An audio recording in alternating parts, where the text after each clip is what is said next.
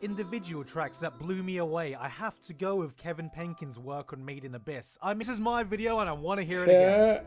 But if I hear these tracks, time stops and it just immediately transports me to another world. Really? Oh no.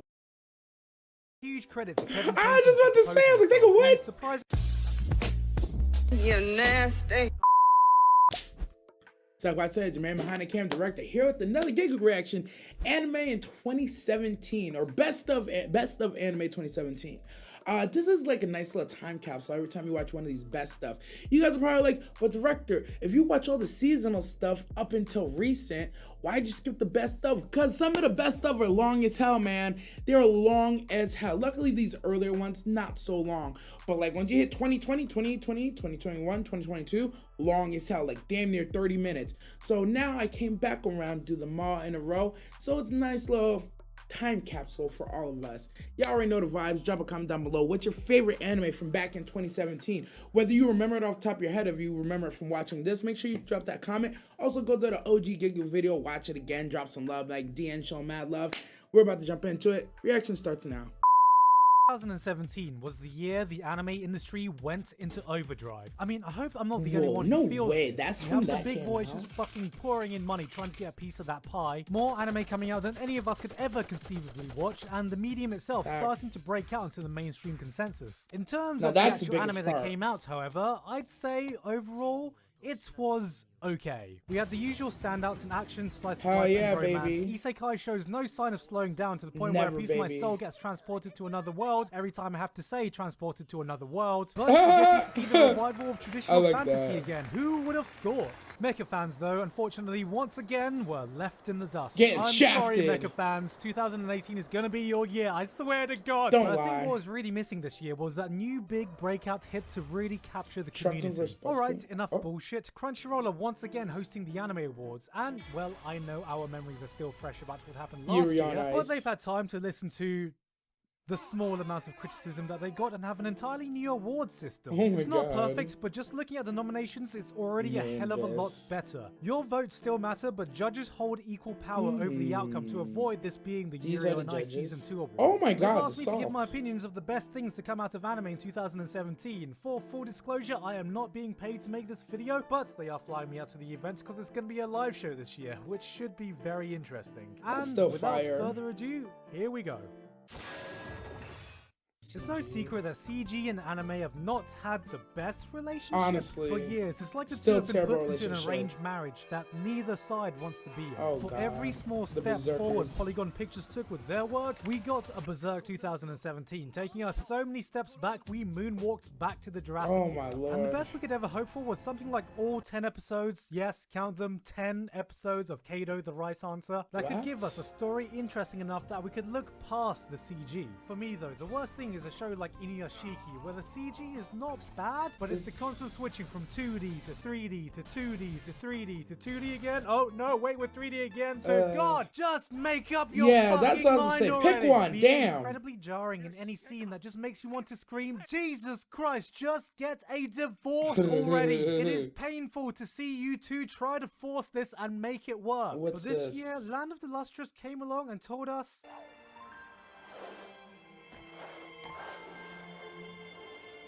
okay, I don't hate this one.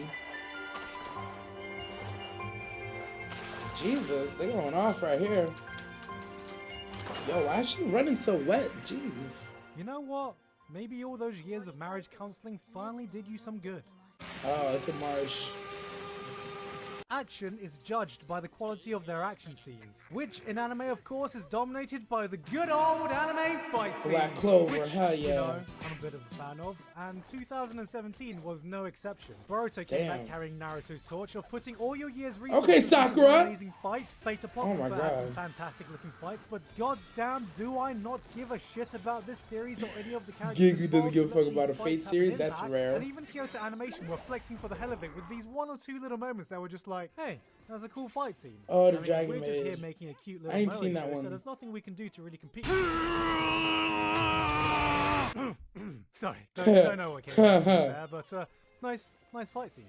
Very nice fight. In terms of singular big fights though, factoring in overall build-up, writing, execution, and My Hero Academia just took the piss, competing against itself for the top spot, with Deku versus Todoroki and Stain versus the UA Alliance. Then Stain versus UA Alliance is here fire. Is Eren versus the Armored Titan for its fantastic technical choreography of a grappler versus striker fight. I'll also put Kiss Shot versus Araragi somewhere in the middle for its technical Oh my god, this has been making... Now, for those wondering where Goku versus Jiren is... So, this Kiss, whatever it's called, this scene right here, Kiss Shot versus Araragi, this has been making its rounds on Twitter again, like very, very recently. I'm talking like January 2024. I had just seen this for the first time where like he's regenerating his body. His face is regenerating, turns like a fucking baby face. It's fucking weird. But I was wondering where this came from. 2017, good to know. For its technical prowess and just how fucking fun and ridiculous it was. No, it was absolutely wondering ridiculous. Where Goku versus Jiren is, I haven't actually been watching Dragon Ball Super, nor do I feel like marathoning 100 episodes right now. And for a fight of that magnitude, I'm not just going to watch it out of context, but from the reaction I've seen, it'll be a contender for the top spot. It is fire. That being said, in terms of overall action, the show that most consistently put the biggest smile on my face was Recreators, which isn't even a nomination, by the way. Now, how can I be arguing this over other contenders which are probably technically better executed? Well, AoT and My Hero for sure. As great as everything else was, I've seen Yutaka Nakamura cuts. I've seen brilliantly choreographed fights. I've seen well-written and well-built-up stories concluded with fists. Do you know what I haven't seen?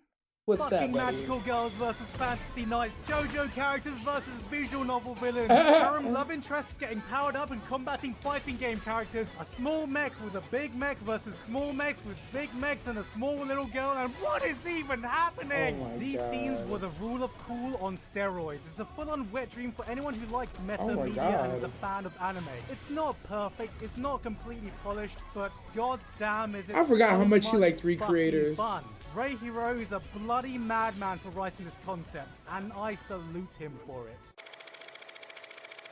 In recent times, anime films have had a different treatment That was a fairy tale Before, movie. no matter how excited you were for a film, there'd be no way for you to watch it unless you invested years of your life learning Japanese and had a fresh plane ticket to Japan. Or alternatively, you could have watched cam rips, which I'm sure none of you did because we're not fucking savages. In contrast, 2017 I may be a start savage. seeing anime films regularly, largely thanks to licensing companies being on the ball with international releases quicker than we've ever seen before. If a film was announced, there was actually a chance you'd see some screenings if you live near a populated area, which was amazing. True. Even though America with their Your Name release is more like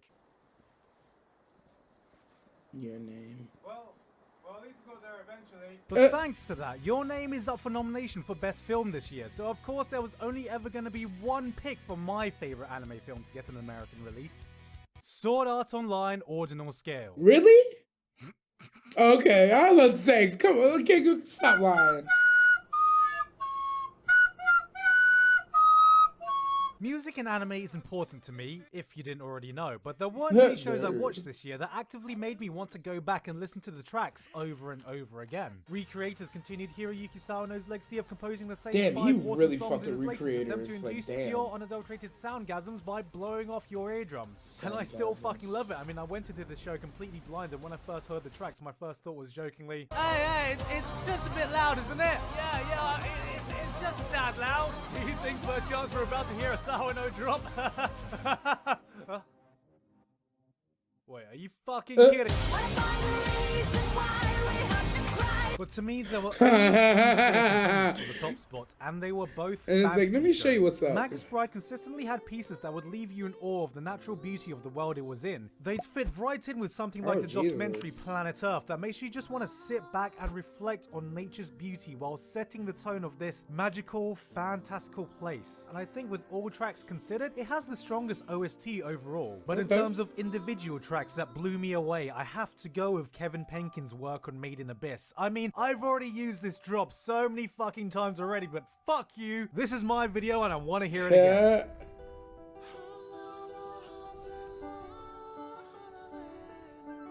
I could be mowing the lawn, washing the dishes, or doing anything else, but if I hear these tracks, time stops and it just immediately transports me to another world. Really? Oh no, wait. Fuck!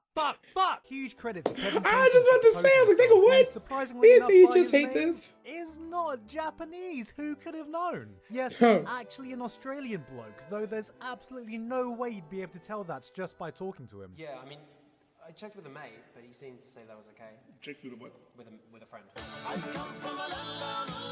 When I first watched Lady Abyss, I wasn't looking forward to it. I took one look at the poster and thought, man, I don't want to watch another stupid-ass lolly adventure slice of life. Hell yeah! As soon as that first big song hit, I was absolutely blown away. Okay. I marveled at the beauty and scale of the journey I was about to undertake that enveloped me into this new world. I was ready to explore, I was ready to feel, and just with one track, it had sold me on the entire series.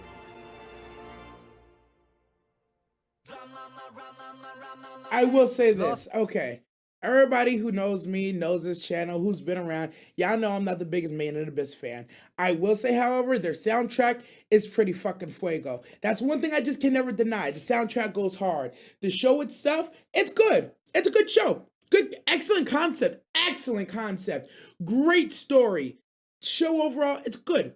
Music, also fire.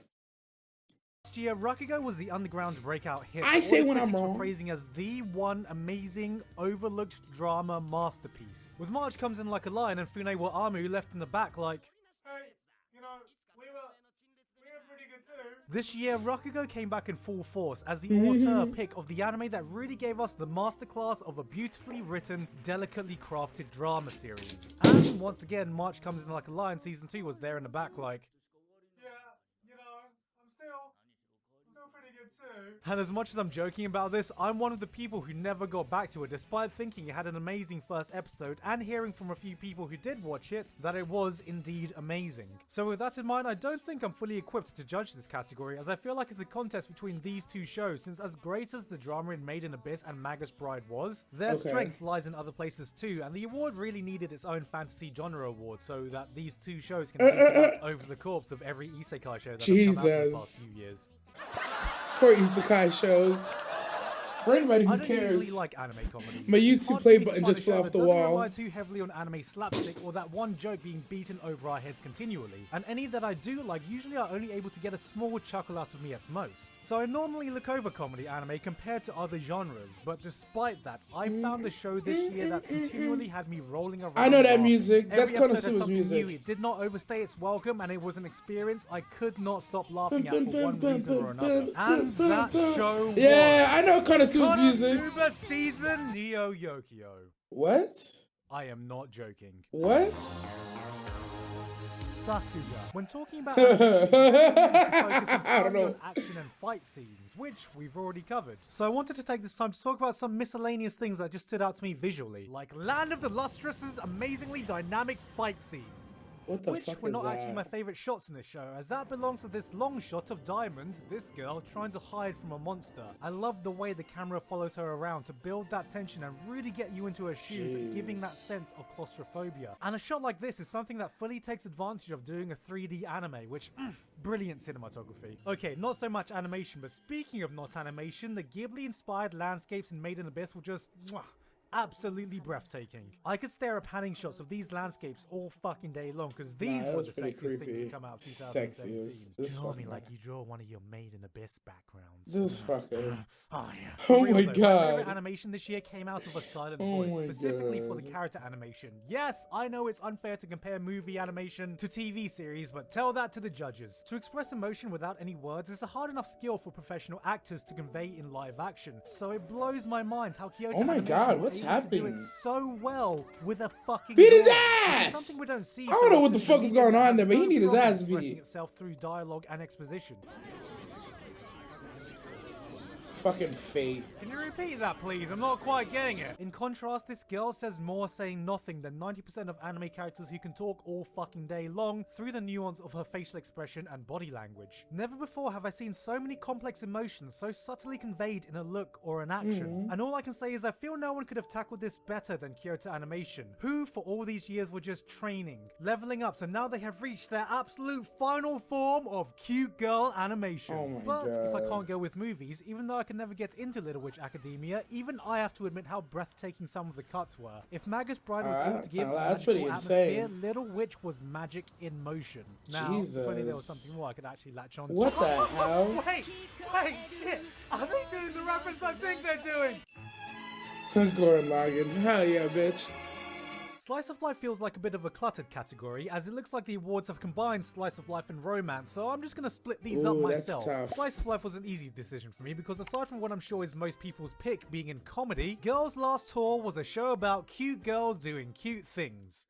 And I actually liked it. What? Yes, that's right, cute moe girls have finally broken down, gone motherfucking Gigguk, and I'm not sure exactly why. But the juxtaposition of cute girls exploring a desolate, bleak, post-apocalyptic world with such an innocent charm, sprinkled in with some light philosophy, created this atmosphere that was the perfect balance of light-hearted goodness and thought-provoking moments. Okay. Romance, on the other hand, had some very strong contenders. I loved MMO Junkie's take at relationships formed via online interactions, even if it did end up becoming coincidences, the anime, and I really enjoyed the comedic look at different couples into the Fuck, I can never pronounce the fucking name. Whatever the fuck it's called. This can also be my pick for comedy. But for romance, the show I want to talk about is Sugi ga Kirei. I never heard none of these. To find a romance series that feels so grounded. It's a series that explores teenage relationships in a way you don't normally see in anime. For one, the characters in this anime don't particularly feel like anime characters in the typical sense. How so? Nothing is over-dramatized, nothing is overplayed, it just feels real. If you're looking for a show that portrays the innocence of genuine teenage romance, this is your show. But that's all I want to say, as I don't really care too much about every other category, so let's just get to the Big Boy Award. Yeah! AoT, #1. This is it.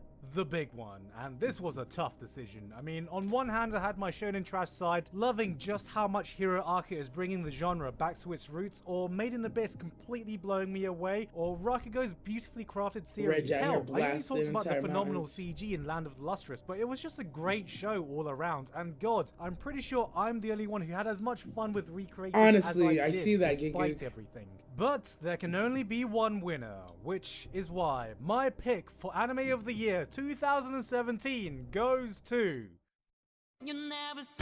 Persona 5 for being the best anime I played. Oh, it's Made in Abyss.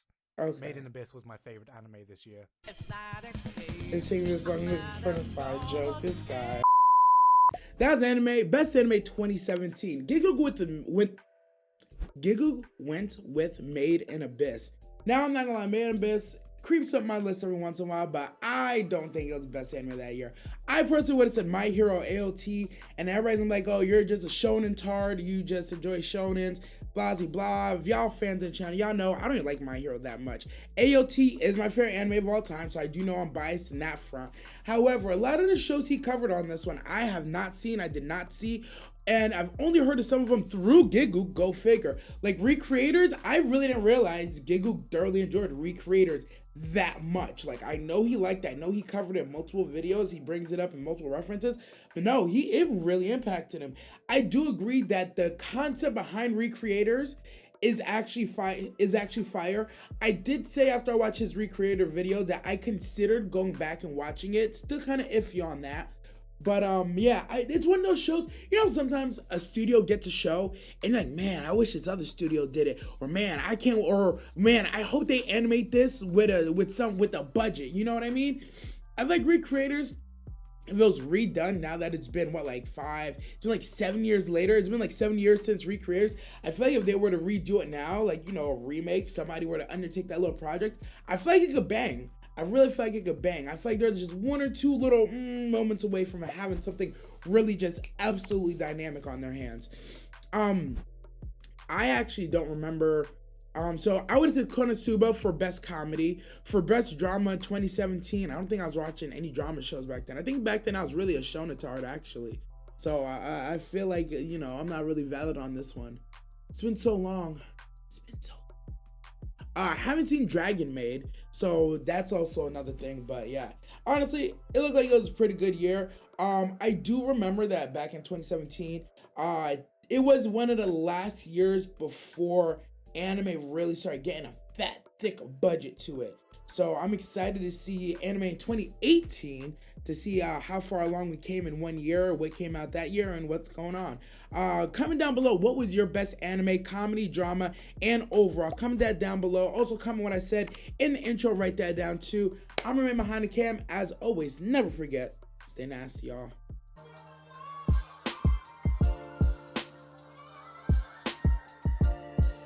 You wanna go? Oh, I'm really fucking shaking, bro.